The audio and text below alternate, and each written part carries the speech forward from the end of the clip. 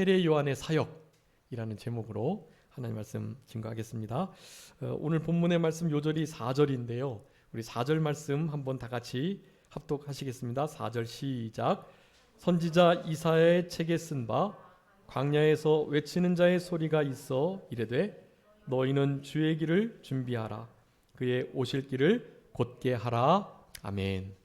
여러분, 이 이사야의 말씀이 세례 요한에게 이루어졌고 세례 요한은 이것이 자신을 향한 말씀인 줄 알고 오실 그리스도 메시아를 준비하는 그 준비된 사명들을 잘 감당하고자 광야에 있으면서 이제 하나님의 말씀이 임하게 되어 사역을 본격적으로 시작하게 되는 장면을 오늘 본문 3장에서 드러내주고 계십니다.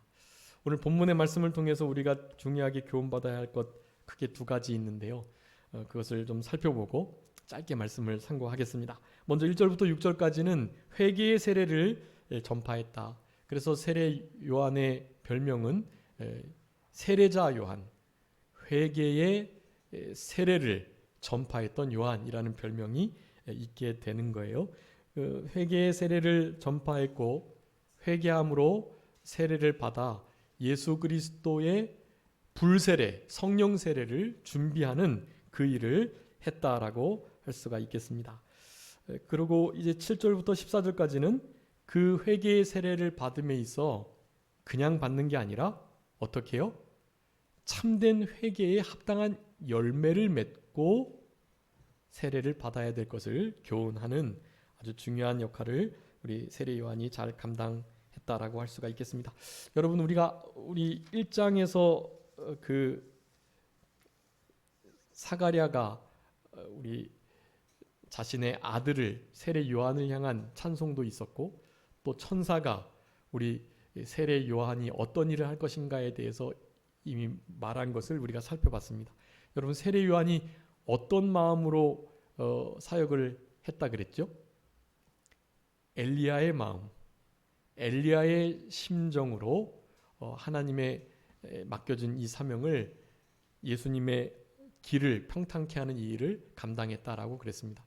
여러분, 이 엘리야의 심정이 참 중요한데요. 이것은 죄를 미워하는 심령이에요. 죄를 미워하는. 그리고 모든 이들의 마음이 서로 연결되도록 하는 마음. 자녀가 아비에게, 아비가 자녀에게, 선생이 학생에게, 학생이 선생에게, 윗사람이 아랫사람에게, 아랫사람이 윗사람에게 서로의 마음이 하나 되도록. 그런데 지금 이 하나 되는 역사가 정말 흐트러진 때가 됐습니다. 여러분, 우리 자녀들이 하나님을 경외하는 자로 우리 세례 요한의 심정으로 엘리야의 사역을 감당하는 우리의 자녀들이 되어야만 합니다. 지금 이 시대를, 이 분열의 시대를 우리 믿는 이들이 하나 되게 해야 돼요. 세례 요한의 이 일을 감당해 나가야만 하는 것입니다. 자, 그 일을 감당함에 있어서 가장 중요한 마음의 태도예요. 회개의 세례를 전파하는데 전파하는 그 전파자는 아무것도 아니다라는 마음을 가지고 있었다라는 거예요. 그래서 여러분 아시는 것처럼 소리라는 것은 지금도 제가 소리를 내고 있는데요. 이 소리는 어떠한 뜻을 듣는 자에게 남겨주고 없어지는 거예요. 나는 주님을 사랑합니다 라고 제가 지금 말했어요. 그러면 송 목사는 주님을 사랑한대 라는 아주 중요한 의미가 우리 성도님들의 심령에 남았잖아요. 그리고 내가 방금 말했던 송 목사는 예수님을 사랑합니다 라는 이 말은 없어진 거예요. 이 소리는요, 중요한 뜻과 의미를 전달하고 남게 하고 없어지는 거예요. 즉 수단에 불과하는 거죠. 도구라는 거예요. 여러분, 세례 요한은 자기가 어떠한 존재인지를 분명히 알았어요. 요한복음에 더 잘 나타나 있는데요. 나는 광야에서 외치는 자의 소리다 라고 직접 고백하면서, 사실은 이 뒤에 이제 읽진 않았지만 15절부터 보면 세례 요한이 이렇게 훌륭한 일을 막 힘있게 하니까요. 하나님이 성령 충만케 하셔서 이 일을 막 하니까, 엘리야의 심정으로 막 하니까요. 사람들이 저 사람이 혹시 메시아인가? 그리스도인가? 하는 생각까지 했다라는 거예요. 여러분, 그럼에도 세례 요한은 분명히 한 거예요. 나는 그리스도가 아니다. 메시아가 아니다. 엘리야도 아니다. 그 선지자, 모세와 같은 선지자, 그 선지자도 아니다. 나는 그저 광야에 외치는 자의 소리다. 나는 소리다라는 이 마음. 여러분, 이 마음이 어떤 마음일까요? 바로 겸손한 마음이에요. 여러분, 겸손한 자에게 어떻게 주신다 그랬죠? 하나님이 은혜 베풀어 주신다 그랬어요. 겸손한 자에게 우리 주님께서 함께 해주시고, 여러분, 그러니까 겸손케 되는 게 중요해요. 방금 오전에 말씀드렸던 것처럼 어떤 자가 겸손해진다고요? 비교하지 않고 뭐 하는 거예요? 피조의식. 하나님이 나를 만드셨다. 우리는 다 하나님의 걸작품들이다. 그리고요, 나의 나 된 것은 다 하나님의 은혜다. 은혜의식. 자, 이 피조의식과 은혜의식을 가져야 비로소 겸손할 수 있어요. 그러니 믿지 않는 사람들은 겸손할 수 있을까요? 없을까요? 여러분, 절대로 겸손 못해요. 살아계신 하나님, 우리를 만드신 그분이 계시다는 것을 모르는 자들은 겸손할 수가 없어요. 아무리 겸손해도 교만한 거예요. 왜냐하면 하나님 그분을 인정하지 않는 것, 그분이 안 계신 것, 그렇게 생각하는 것 자체가 교만이니까요. 여러분, 우리는 진짜 겸손하게 남을 나보다 낮게 여기며 예수님이 가셨던 그 정말 겸손의 길을 잘 따라가야 합니다. 여러분, 겸손한 자만 되면 어떻게 해주신다고요? 하나님이 은혜 베풀어 주시고 함께 해주시니까요. 여러분, 이런 자녀만 되면 돼요. 우리 자녀 하나님이 좀 겸손하게 해주시고, 그래서 우리 자녀를 통해서 좀 주님의 사랑이 나타나고 주님 향기가 드러나고, 이런 자녀가 되면 얼마나 좋겠어요. 사람과 하나님께 다 사랑받고 인정받으면 얼마나 좋겠어요. 겸손한 자를 하나님께서 인정해 주시고 세상에서도 당연히 인정을 받게 됩니다. 여러분, 세례 요한은 이렇게 자기가 정말 겸손해지고 낮아져서 나는 쇠하여야 하겠고 그는 흥하여야 하겠다. 원래 보통 어떻게 생각하죠? 나도 좀 흥하고, 우리 예수님은 당연히 흥하셔야 되죠. 흥하셔야 되지만 나도 좀 흥하고, 그런 마음을 갖는단 말이에요. 그런데 많은 요즘에 믿는 이들은 그렇지 않아요. 주님은 좀 흥하지 못해도 나는 흥해야 되겠다, 그런 마음을 갖는단 말이에요. 얼마나 이거 배은망덕하고 괘씸한 마음이, 겸손한 마음 아니에요. 그런 사람하고 하나님은 함께 해주시지 않고요, 은혜 베풀어 주지 않아요. 불쌍히 여겨주지 않아요. 경외하는 자에게 주시는 그 크신 은혜와 복 허락해 주시지 않으세요? 여러분, 겸손하면 됩니다. 겸손한 자에게 우리 하나님께서 얼마나 많은 은혜와 복을 쌓아 두셨는지 몰라요. 세례 요한이 그래서 이 땅에서 여자 중에 낳은 자 중에 가장 큰 자다, 더 큰 자가 없다라는 칭찬을 받았던 거예요. 그런 세례 요한이기에 우리 주님께서 그렇게 칭찬을 해 주셨던 것입니다. 나는 쇠하여야 하겠고 그는 흥하여야 하겠다. 여러분, 이런 겸손한 마음을 가지시고 여러분의 삶도 그냥 한낱 소리와 같이 하나님의 영광을 드러내는데 도구로 쓰인다면 만족한다라는 마음만 가지시면요, 하나님이 여러분의 삶을 쓰세요. 그래서 진짜 흔적이 남는 그런 복된 삶으로 삼아 주실 것입니다. 세례 요한과 같이요. 세례 요한이 다른 것 집중하지 않고요, 그저 광야에 외치는 자의 소리로서 자기는 그저 이 예수 그리스도 메시아의 길을 평탄케 하면 되는 거예요. 그러면서 그 말을 합니다. 여기 이것도 역시 이사야의 말씀을 인용한 것인데요. 골짜기가 메워져야 된다. 그리고 높은 산이, 작은 산이 낮아져야 된다. 그리고 굽은 것이 곧아져야 된다. 마지막으로 험한 길이 평탄하게 돼야 된다. 우리 세례 요한은 이 일을 위해서 힘을 쓴 거예요. 자, 이렇게 산부터 먼저 하죠. 높은 모든 산과 작은 산들이 어떻게 해야 된다? 낮아져야 된다. 산은 뭐겠습니까? 네, 교만이겠죠. 크고 작은 교만을 가리키는 거예요. 그 교만이 낮아져야 예수님의 길이 평탄케 되어 그리스도의 구속 사역이 이루어지는 거예요. 즉, 교만하지 않고 겸손한 자에게 하나님의 예수 그리스도의 구속의 역사가 임하게 된다라는 것을 말하는 거예요. 여러분, 우리의 심령 속에 있는 높은 산, 그것을 낮추셔야 돼요. 하나님이 낮추십니다. 무엇을 통해서요? 고난을 통해서, 수고를 통해서 우리로 하여금 겸손케 하신다 그랬거든요. 그러니까 우리의 교만이 없어지도록 늘 겸손해야 되는데 툭툭 튀어나오는 교만이 있어요. 그것을 하나님께서는 반드시 다루시고 낮추세요. 낮추실 때 너무 아파하시거나 또 원망하지 마시고 하나님께서 나를 낮추셔서 결국 복 주시겠다, 은혜 주시고자 합니다.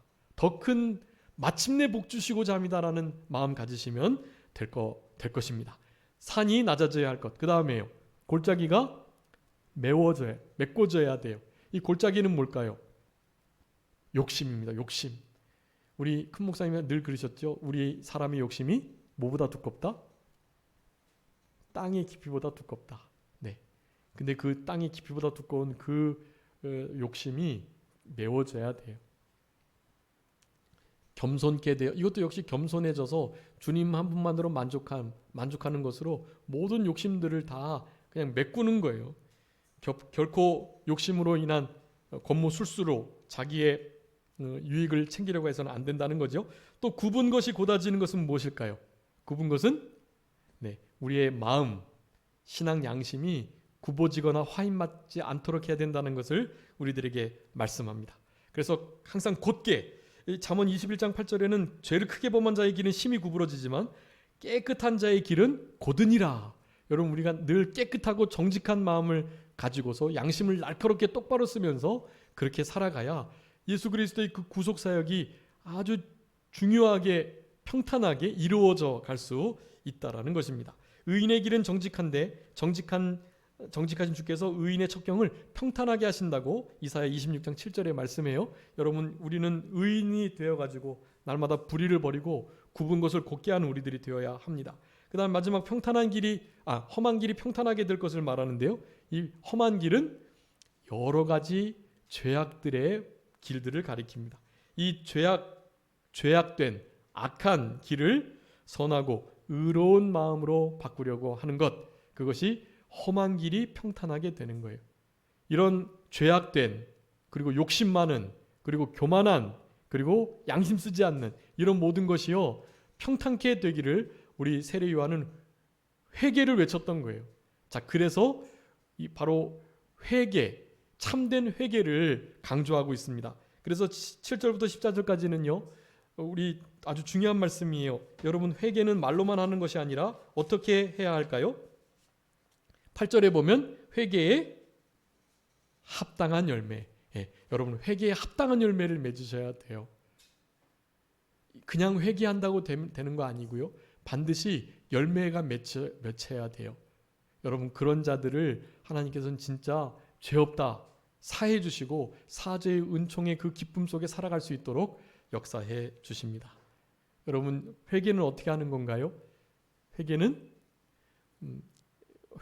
돌이킬 개, 고칠 개, 방향을 전환해서 돌이켜서 어떻게 한다?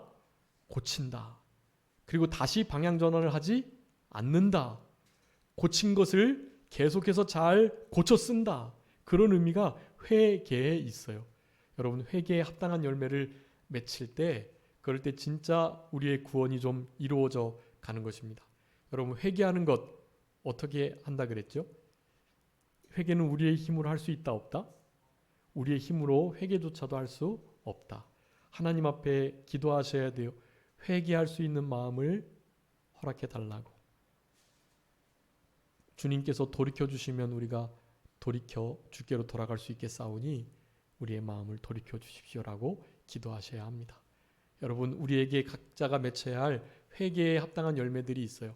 오늘 본문에서는 세 종류의 사람, 일반 백성들은 뭐 하라 그랬죠? 옷을 좀 팔아서 나눠주고 음식을 나눠줘라. 잉여 제품들, 그거 나눠주도록 하나님이 우리에게 요구하고 계세요. 여러분, 우리 전 세계가 한쪽은 배불러서 병 걸려 죽어가고, 각종 성인병으로 배가 불러서 고질병으로 죽어가고, 음식물이 넘쳐 썩어서 처리할 수가 없어서 고생하고, 한쪽은 굶어서 정말 먹을 것이 없어서 죽어가고 있어요. 여러분, 이것을 어떻게 정치적으로 해결할 수가 없어요. 이것은 전 세계에 흩어진 크리스찬들이 이 말씀을 순종할 때 해결이 되는 거예요. 자기가 가지고 있는 것을 나누기 시작할 때, 그럴 때 그 나눔이 별것 아닌 것 같지만 크리스찬들, 나름의 크리스찬들이 작은 정성을 그렇게 드리고 보이면 여러분 그것으로 실제의 문제가 해결돼요. 여러분 가난은 임금도 어떡할 수 없다고 말씀하잖아요. 마찬가지예요. 지금 우리나라가 무슨 정치적으로 제도적으로 어떻게 어려운 사람을 다 케어하겠다. 그건 안 되는 일이에요. 그거는 흔히 전체주의 사회, 공산주의 사회에서나 일률적으로 못 살게 되죠. 일률적으로 조금 배고프고 조금씩 먹는 거예요. 그렇게 되지 않는 이상에는 이런 격차가 해소될 수 없어요. 누구로 인하여 해소될까요? 크리스찬들로. 크리스찬들이 자기의 쓰고 남은 것을 베풀 때, 선한 손을 펼 때 여러분 이 문제가 진짜 해결되게 되어 있습니다. 또 공무원들은요, 세무사들은 더 걷지 말라는 거예요. 군인들은요, 폭압적으로 하지 말라는 거예요. 각각 자기가 처한 환경에서 맺혀야 할 열매들이 있다라는 거예요. 여러분 우리의 삶 속에서도 맺혀져야 할 열매들이 있습니다. 여러분 그런 열매들을 잘 맺으시기 바라고, 그런 열매 맺는 삶이 마치 소리와 같은 우리 세례 요한의 하나님의 뜻만 나타내고 나는 아무것도 아니라는 생각을 가지고 살아가는 복된 인생길에 맺어지는 열매라고 할 수가 있겠습니다. 여러분 한 주간 생활하시면서 엘리야의 심정으로, 우리 세례 요한의 심정으로 살아가시되 나는 광야에 외치는 자의 소리다 라는 겸손한 마음을 가지시고 회개에 합당한 열매를 맺히셔서 하나님을 기쁘시게 하고 우리의 모습을 통해서 많은 사람들이 주께로 돌아올 수 있는, 하나님께 영광이 돌아가는 그런 복된 신앙의 길을 걸어가시는 우리 모두가 되어야 되겠습니다. 자, 기도하겠습니다. 살아계신 우리 아버지 하나님, 감사합니다. 우리들에게 세례 요한의 사역을 살펴보며 우리들도 그 사역에 동참하고 그 사역을 본받아 살아갈 수 있도록 결심할 수 있는 은혜를 주신 것을 감사합니다. 하나님 아버지, 우리 세례 요한은 광야에 있을 때 하나님의 말씀이 임함으로 그 말씀을 담대하고 당당하게 증거하고 전파했던 것처럼, 그럼에도 대접받지 않고 그저 광야에 외치는 자의 소리에 불과하다고 그 모든 뜻을 이루는 분은 우리 예수 그리스도이신 것을 밝히 드러나는 일에 모든 마음을 썼던 것처럼, 여러분 우리의 삶 속에서도 하나님이 홀로 영광을 받으시고 하나님만 영광 받으시면 그것으로 족하다는 그러한 복된 마음을 가지고 남은 때를 살아가는 우리들이 되게 하여 주시옵소서. 특별히 우리가 맺혀야 할 여러 가지 삶의 영역 속에 회개의 열매를 잘 맺혀서 다시는 그러한 죄로 넘어지지 않고 하나님 앞에 잘했다 칭찬받을 수 있는 그런 우리들이 될 수 있도록 우리 주님께서 회개의 심령을 주시고 돌이키는 마음을 허락해 주시고 고칠 수 있는 담대한 용기를 허락해 주시기를 간절히 바라옵고, 한 주간도 우리 주님 앞에서 주님과 함께 주님의 도우심을 따라 주님의 은혜 베푸심과 주님의 불쌍히 여기심을 힘입어서 주님을 경외하는 삶을 온전히 살아갈 수 있는 우리 모두가 되게 해주시기를 간절히 바라옵고, 특별히 우리의 삶 속에 있는 여러 가지 문제들과 어려움들을 하나님께서 해결해 주시고 하나님이 그저 영광을 홀로 받아주시기를 간절히 바라옵고, 그저 모든 것 주님께 의탁하오며 살아계신 예수 그리스도의 이름으로 기도 올리옵나이다. 아멘.